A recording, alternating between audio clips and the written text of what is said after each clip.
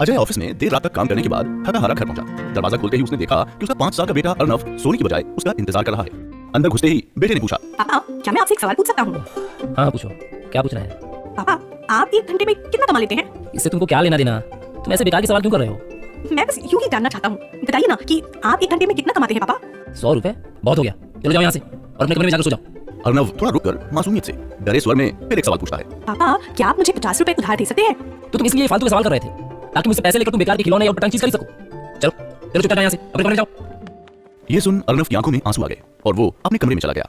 अजय कुछ देर तक गुस्से में रहा और सोचता रहा कि आखिर उसके बेटे की ऐसा करने की वजह क्या हो सकती है। 1 आधा घंटा बीतने के बाद वो थोड़ा शांत हुआ और सोचने लगा कि हो सकता है कि उसके बेटे ने सच में किसी जरूरी काम के लिए पैसे मांगे हों, क्योंकि आज से पहले उसने कभी इस तरह से पैसे नहीं मांगे थे। फिर वो उठकर बेटे के कमरे में गया और बोला, क्या तुम सो रहे हो बेटे? नहीं। मैं सोच रहा था कि शायद मैंने बेकार में तुम्हें डांट दिया। दरअसल दिन भर के काम से मैं बहुत थक गया था। आई एम सॉरी बेटा, ये लो 50 रुपए। थैंक यू पापा। और फिर वो तेजी से उठकर अपनी अलमारी की तरफ गया। वहां से उसने ढेर सारे सिक्के निकाले और धीरे धीरे उन्हें गिनने लगा। ये देख अजय फिर से गुस्से में आग बबूला हो गया और बोला, ये क्या बेटे, जब तुम्हारे पास पहले से ही पैसे थे तो तुमने मुझसे और पैसे क्यों मांगे?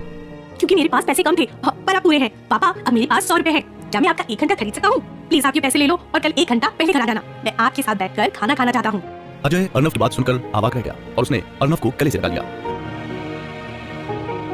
दोस्तों, इस तेज रफ्तार जीवन में हम कई बार खुद को इतना व्यस्त कर लेते हैं कि उन लोगों के लिए ही समय नहीं निकाल पाते जो हमारे जीवन में सबसे ज्यादा अहमियत रखते हैं। इसलिए हमें ध्यान रखना होगा कि इस आपाधापी में भी हम अपनों के लिए समय निकालें, वरना एक दिन हमें भी एहसास होगा कि हमने छोटी मोटी चीजें पाने के लिए कुछ बहुत बड़ा खो दिया।